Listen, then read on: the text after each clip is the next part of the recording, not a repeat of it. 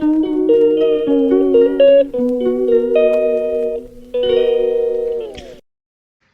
Morning, আমি Riya. Welcome back to my mini blog. আজকে সকাল সকাল উঠে গেছি কারণ আজকে অনেক কাজ। সারাদিনে আমি কি করছি সেটা দেখার জন্য ব্লগটাই চোখে। সকাল সকাল আমি সবার ফার্স্ট চিয়া সিড খাই, তো সেটাই খেয়ে নিচ্ছি। আর এদিকে আমি চা বসিয়েছি, কারণ কি কোথাও যাওয়ার আগে একটু চা না খেলে হবে না। এমনিও একটু পরে আমাকে লাঞ্চ করে নিতে হয়, বিকজ যেখানে যাবো সেখান থেকে ফিরতে আমার অনেক সময় লাগবে।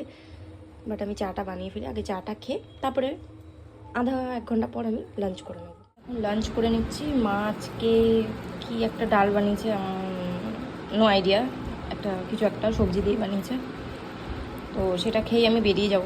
এটাই আমার আজকে লাঞ্চ। আর আরেকটা কিছু ছিল যেটা আমি এখন খাবো না, আমি রাতে এসে খাবো। তো স্নান টান করে খেয়ে দিয়ে আমি রেডি হয়ে গেছি, এখন বেরোবো ট্রেন ধরতে।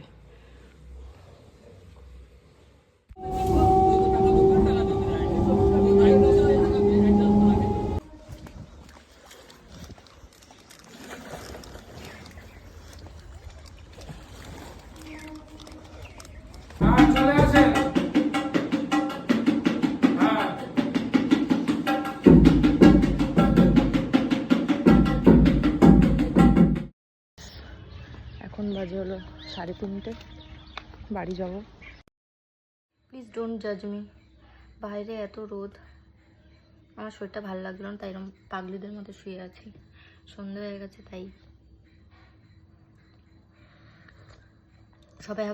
সবাই হয়তো ভাবছো যে আমার চায়ের কালারটা এরকম কেন, কারণ কি এর মধ্যে গুড় মেশানো হয়েছে। আগে আমি দুধ চা খেতাম, আমার বাজে একটা অভ্যেস ছিল, এখন আমি লিকার চা খাই। মানে অভ্যেসটা চেঞ্জ হয়নি, চা তো আমি এখনও খাই, বাট দুধের থেকে এখন আমি লিকার চাতে চলে এসেছি। তো এরপরে আমি রেডি হব, কারণ কি আজকে জঙ্গলদার বার্থডে। হ্যাঁ, আই মিন জঙ্গলদা বলতে অভিষেক দা, আমরা সবাই তাকে জঙ্গলদা বলি, তাই জন্য। তো সেখানে কেক কাটতে যাব, তার জন্য আবার রেডি হব। তো দেখা হচ্ছে সেখানে। তো আমি হয়ে গেছি রেডি, আর এখানে আমার একটা পিম্পলস দেখা যাচ্ছে, যেটা আমার একদম ভালো লাগছে না।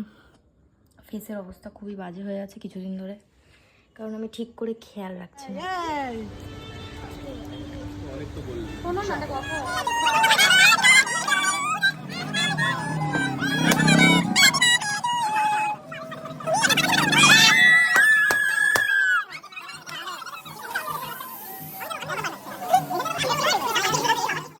তো যেহেতু কেক কাটতে কাটতে অনেক রাত হয়ে গেছিলো, তো আমি আজকের রাতটা স্নেহার বাড়িতেই থেকে গেছিলাম।